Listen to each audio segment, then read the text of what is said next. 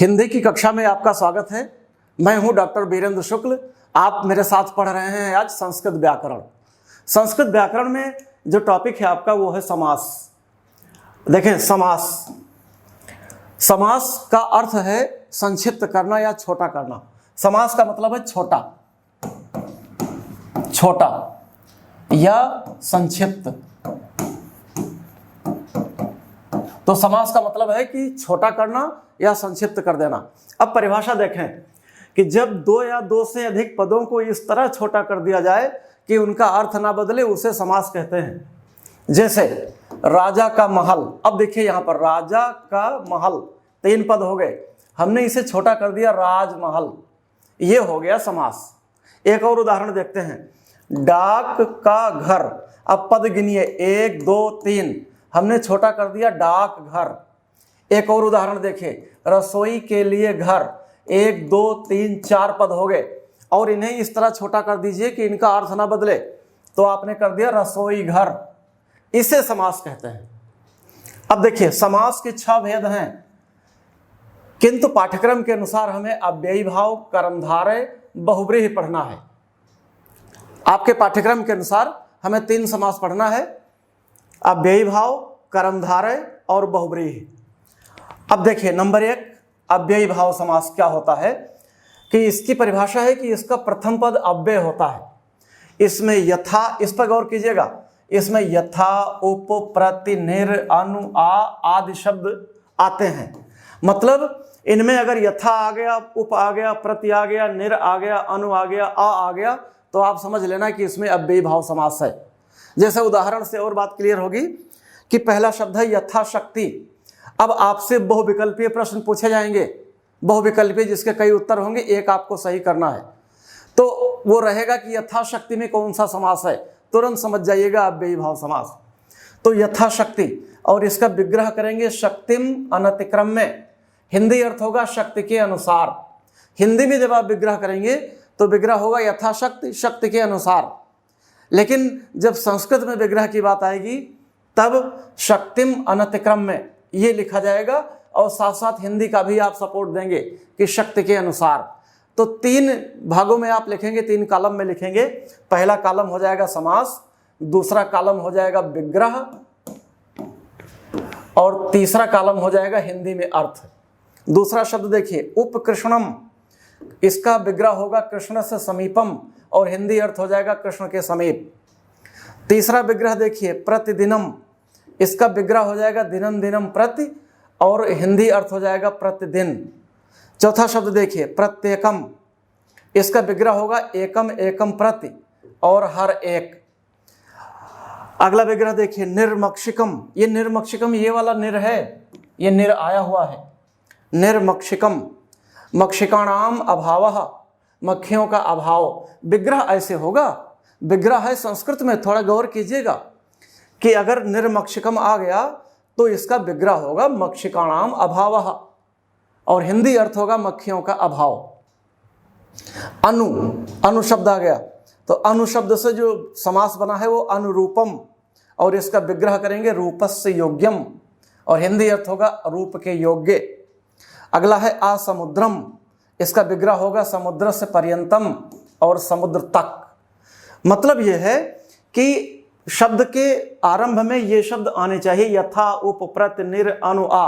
अब देख लीजिए, यथाशक्ति में यथा आ गया, उपकृष्णम में उप आ गया, प्रतिदिनम में प्रति आ गया, प्रत्येकम में प्रति आ गया, निर्मक्षिकम में निर आ गया, अनुरूपम में अनु आ गया, असमुद्रम में आ गया। ये शब्द अव्यय कहलाते हैं।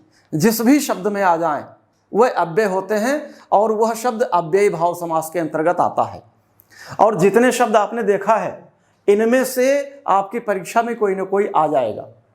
तो यह हुआ अव्ययी भाव समास। अब आगे बढ़ते हैं। अगला शब्द है आपका कर्मधारय समास। कर्मधारय समास, दूसरा समास है कर्मधारय समास। परिभाषा देखिए, इस समास में एक पद विशेषण और दूसरा पद विशेष्य होता है, या उपमेय उपमान भाव होता है। एक पद विशेषण, दूसरा पद विशेष्य होता है, या उपमेय उपमान भाव होता है। अब विशेषण विशेष से देखो, मैं आपको समझाता हूं। जैसे आपने कहा काला घोड़ा, ये शब्द बनाया, तो काला हो गया विशेषण,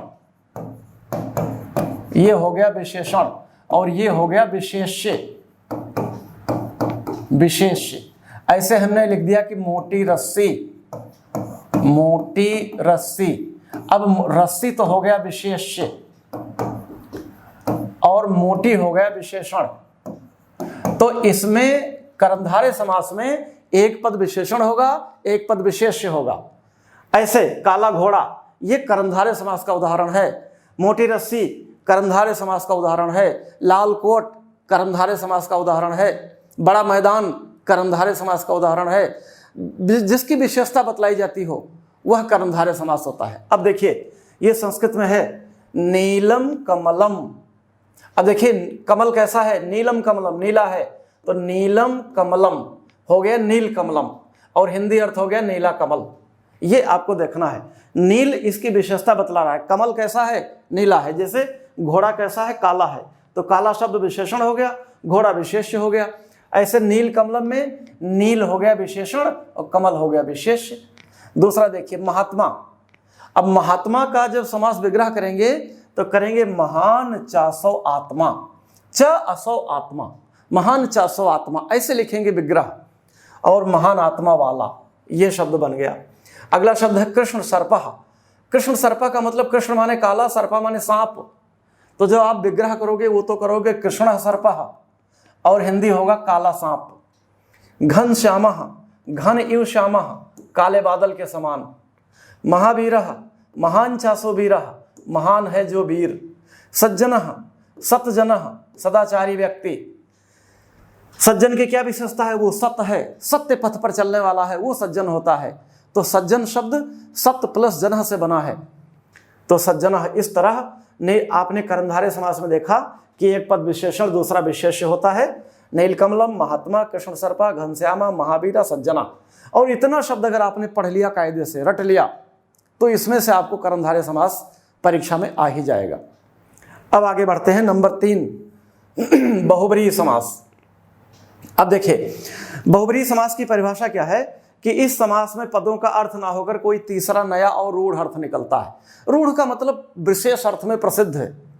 बहुब्रीहि समास में शब्दों का अपना अलग अर्थ नहीं होता, शब्दों का अपना अर्थ होता ही नहीं, बल्कि कोई तीसरा नया अर्थ निकलता है और प्रसिद्ध अर्थ निकलता है, मशहूर अर्थ निकलता है। जैसे उदाहरण से बात समझेंगे, पीताम्बरः। अब पीताम्बर का मतलब पीला वस्त्र होता है, लेकिन जब आप बहुब्रीहि समास करेंगे, इसका विग्रह करेंगे, तब ये विग्रह बनेगा पीतम अंबरम यस्य सः कृष्णः। पीले वस्त्र हैं जिनके, अर्थात श्री कृष्ण, श्री कृष्ण भगवान पीला वस्त्र पहना करते थे, तो पीताम्बर उनके लिए प्रसिद्ध हो गया है। तो बहुब्रीहि समास प्रसिद्ध अर्थ को लेता है। दूसरा उदाहरण देखिए, दशाननः। दश आननान यस्य सः। दशानन माने जिसके 10 मुख हों।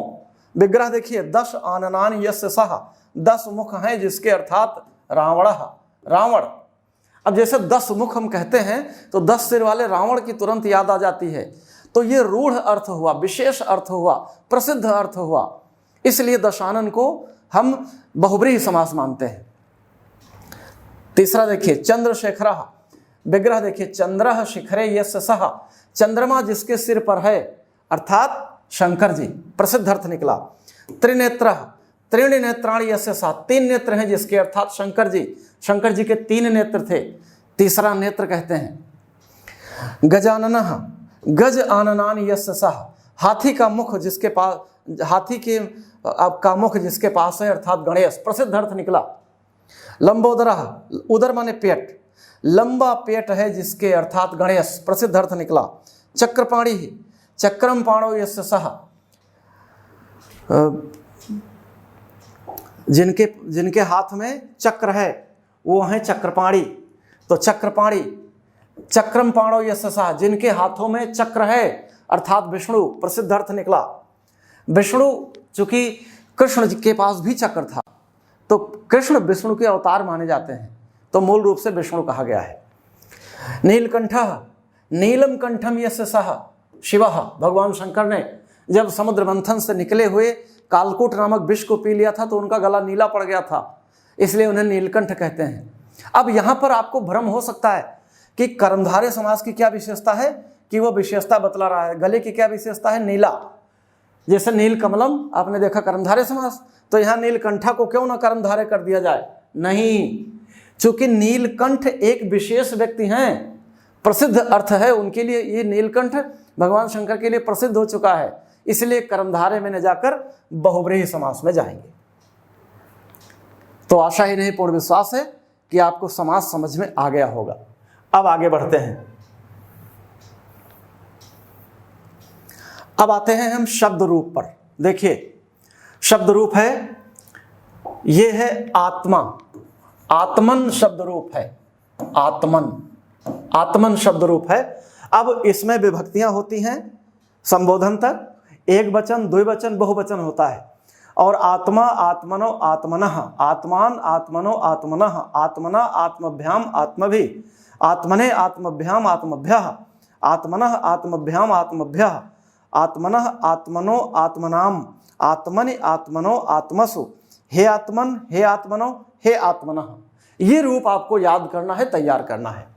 दूसरा रूप देखिए नाम का, एक वचन, तीनों वचन और 7 और संबोधन लेकर 8 विभक्तियां, कारक वैसे संस्कृत में 6 ही माने जाते हैं। तो ये पूरा पढ़ लीजिएगा। नाम, नामनी, नामानि, नाम, नामनी, नामानि, नामना, नामभ्याम, नामभि, नामने, नामभ्याम, नामभ्यः, नामनः, नामभ्याम, नामभ्यः, नामनः, नामनो, नामनाम, नामनि, नामनो, नामसु, हे नामन, हे नामनी, हे नामानि। ये नहीं पता क्या पूछा जाएगा, और आपसे 1 नंबर का रूप पूछा जाएगा, और वो मान लीजिए नामना दे देगा, परीक्षा में आ जाएगा नामना किस शब्द, किस वचन और किस विभक्ति का रूप है। अगर आपको याद होगा तो आप लिख दोगे कि नामना, नामन, ये नामन है, नामन शब्द के तृतीया विभक्ति एक वचन का रूप है। उसने पूछ लिया नामभि किस शब्द का किस वचन और किस विभक्ति का रूप है, तो नामभि, नामन शब्द बहुवचन तृतीया विभक्ति, ऐसे पूछेगा एक शब्द। आपको इस तरह उत्तर देना है। इसके लिए रूप आपको जबान पर रटा होना चाहिए, बात तभी बनेगी। आगे बढ़ते हैं। अब राजा आ गया हमारे सामने, राजा और जगत, ये 2 शब्द आ गए।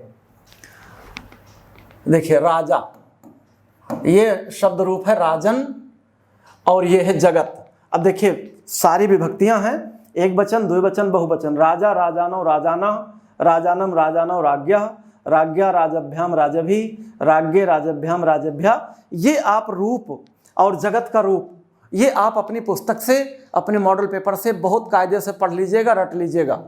इनमें से कोई एक आएगा। आगे बढ़ते हैं। आगे है सरिता और सर्व। ये सरिता है, तीनों वचन और सारी विभक्तियों में ये सर्व का रूप है। ये सर्वनाम शब्द सर्व का रूप है, और ये स्त्रीलिंग है, सर्वा, सर्वे, सर्वा, सर्वाम, सर्वे, सर्वाः। तो रूप आपको बढ़िया सा याद कर। देखिए ये इदम शब्द का रूप है, इदम पुल्लिंग, अयम, इमो, इमे, और ये पुल्लिंग सर्व का है, सर्वः, सर्वो, सर्वे, सर्वम, सर्वो, सर्वान। तो ये रूप आप अच्छी तरह से तैयार कर लीजिएगा। ये नहीं पता कौन सा रूप पूछ लिया जाए, लेकिन जगत और नामन, आत्मन, जगत और नामन, ये 3 रूप बहुत महत्वपूर्ण है। आत्मन, जगत और नामन, इन 3 रूपों को जरूर पढ़ लेना। अब धातु रूप की चर्चा करते हैं। देखिए धातु रूप, धातु रूप आपके सामने है। धातु रूप ये स्था धातु का है, स्था धातु। स्था धातु का रूप चलता है तिष्ठति, तिष्ठता, तिष्ठन्ति। अब देखो धातुओं के 5 लकार होते हैं, लट, लोट, लंग, विधिलिंग और लिट, 5 लकार होते हैं। तो धातुओं के रूप आपको 5 लकारों में याद करना है। और 3 वचनों में प्रथम पुरुष, 3 पुरुष में प्रथम पुरुष, मध्यम पुरुष, उत्तम पुरुष, और 1 वचन, 2 वचन, बहुवचन, आपको इन सब में याद करना है। तो अब एक धातु का रूप याद कर लीजिए, उसी की तर्ज पर सारे रूप चलते हैं, कहीं थोड़ा बहुत परिवर्तन होता है। तो स्था धातु है तिष्ठ, तिष्ठत, तिष्ठता, तिष्ठन्ति। अब आगे बढ़ते हैं। लोट लकार में देखिए तिष्ठत, तिष्ठताम, तिष्ठन्तु। विधिलिंग में देखिए तिष्ठेत, तिष्ठताम, तिष्ठेयु। इस तरह आप सारे लकारों में इनके रूप याद कर लीजिए। अगला है नी धातु का। लिट लकार में निश्चित, निश्चता, निश्चंति। एक धातु रूप याद कर लीजिए और उसी की तर्ज पर लगभग सारे रूप चलते हैं, कहीं थोड़ा बहुत संशोधन होता है बस। तो रूप आपको अपनी पुस्तक से याद करना है।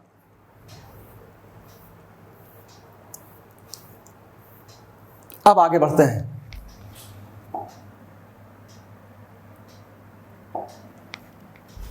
आगे है आपका प्रत्यय। देखिए ये प्रत्यय है। अब प्रत्यय की परिभाषा क्या होती है? देखिए प्रत्यय,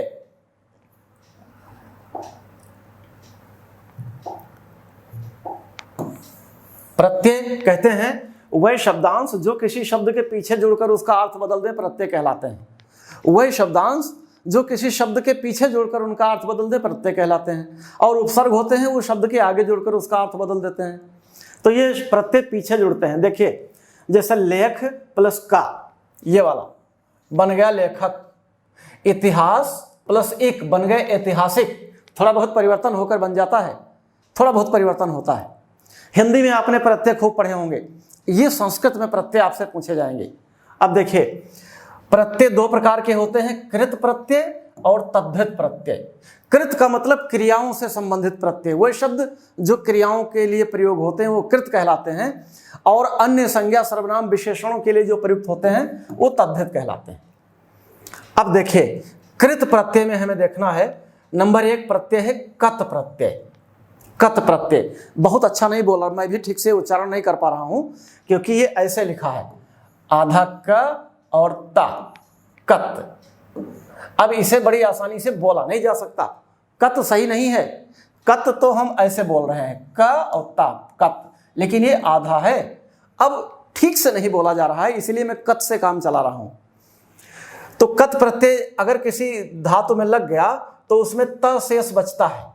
जैसे देखो पठ धातु है, इसमें हमने कत प्रत्यय लगा दिया तो बन गया पठितः, त शेष बचेगा। हस धातु में हमने कत प्रत्यय लगा दिया हसितः। गम धातु में कत लगा दिया गतः। कथ में कत लगा दिया कथितः। लिख में कत लगा दिया लिखितः। ऐसे बनेंगे।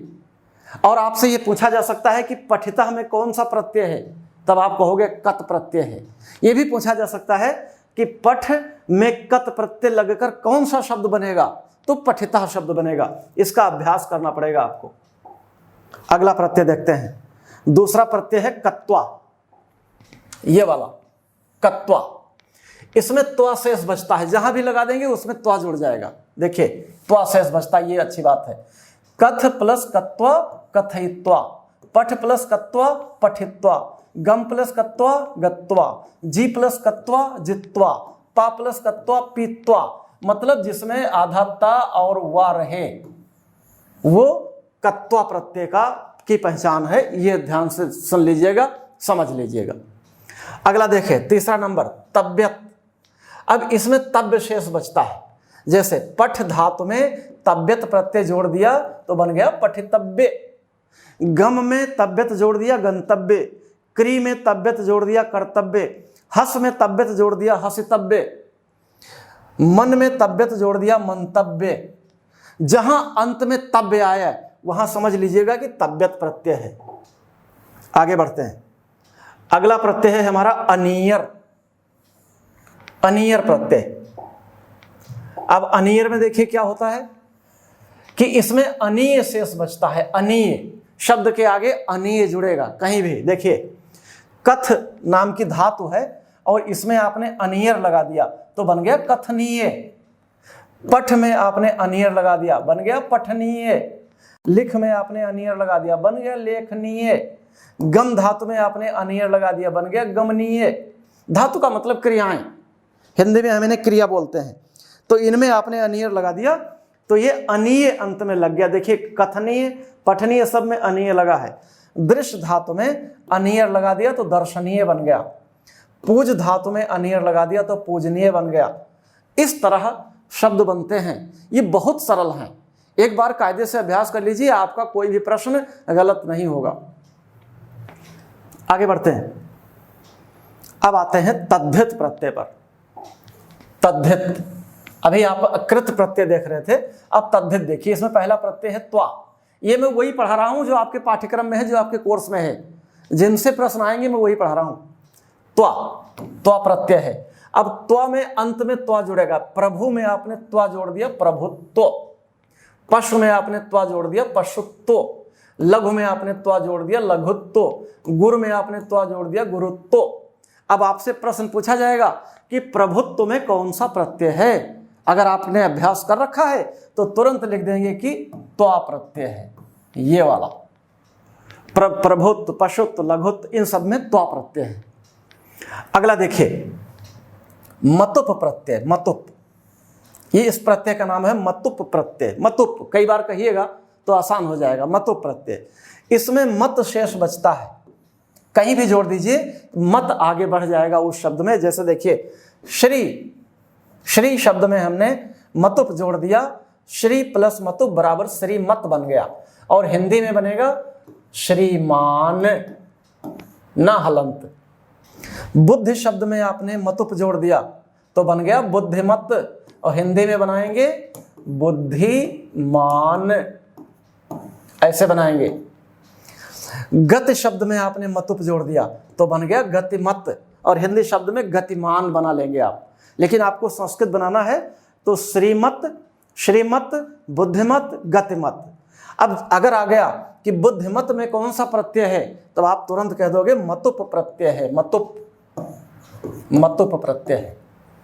श्रीमत में कौन सा प्रत्यय है, मतुप प्रत्यय है। मतुप जहां भी जाता है वो मत जोड़ देता है, बस पीछे, शब्द के पीछे जुड़कर उसे मतुप प्रत्यय कहते हैं। आगे बढ़ते हैं, एक प्रत्यय और है, यह है वतुप प्रत्यय। अब वतुप क्या काम करता है, ये वत जोड़ता है। जैसा रूप में वतुप, रूपवत, धन में वतुप, धनवत, पुत्र में वतुप, पुत्रवत। तो इस तरह देख लीजिएगा, ठीक। जितना अभ्यास करेंगे उतना आप निखरते जाएंगे, और अभ्यास कर कर कर अपने रफ में लिख लिख कर अपने शिक्षक को दिखाते रहो, जिससे आपकी गलतियां मिटती रहें, आपके अंदर कॉन्फिडेंस आएगा, आत्मविश्वास आएगा। अब देखिए विभक्ति परिचय। विभक्ति परिचय में हम आ चुके हैं। विभक्ति परिचय बहुत इंपॉर्टेंट है, विभक्ति परिचय। अब जो आपको करना है, जो आपके पाठ्यक्रम में आने वाली विभक्तियां हैं, हमने उन्हीं को लिया है। देखिए, पहली विभक्ति है अभितः, परितः, समया, निक्षा, हा, प्रतियोगे, अपि, और इसके आगे ऐसे लिख लीजिए द्वितीया, आपको याद करने में आसानी होगी। ये द्वितीय विभक्ति का है। अब क्या बना, अभितः, परितः, समया, निक्षा, हा, प्रतियोगे, अपि, द्वितीया। मतलब कहीं अभितः आ जाए, कहीं परितः आ जाए, कहीं समया आ जाए, कहीं निक्षा आ जाए, कहीं हा आ जाए, कहीं प्रति आ जाए, तो द्वितीय विभक्ति हो जाती। संस्कृत में उदाहरण आएगा, इसलिए फिर से सुनिए, अभितः, परितः, समया, निक्षा, हा और प्रति, इतने शब्द कहीं आ जाएं तो उसमें द्वितीय विभक्ति हो जाती है। बहुत आसान है, जैसे उदाहरण से बात आप समझ में आएगी। देखो, ये ग्रामम अभितः वनम अस्ति, ये अभितः आ गया लाइन के बीच में, ये अभितः, तो तुरंत द्वितीय विभक्ति हो गई। इसकी हिंदी हुई गांव के आसपास वन है। हिंदी से आपको कोई मतलब नहीं, आप संस्कृत से मतलब रखो। अभितः शब्द आ गया तो द्वितीय विभक्ति हो गई। विद्यालयम परितः वृक्षाः सन्ति, ये परितः आ गया तो आपकी द्वितीय विभक्ति हो गई, दो शब्द आ गए। तीसरा देखिए, लंका समया सागरः अस्ति, ये वाला समया आ गया यहाँ पर, तो जहां समया आ जाए वहां द्वितीय विभक्ति हो जाती है। आप तुरंत लिख दीजिए द्वितीय विभक्ति। हा, हा कृष्णा भक्तम, हा कृष्णा अभक्तम, कृष्ण के अभक्त को धिक्कार है, तो हा आ गया। देखो यहां हा है।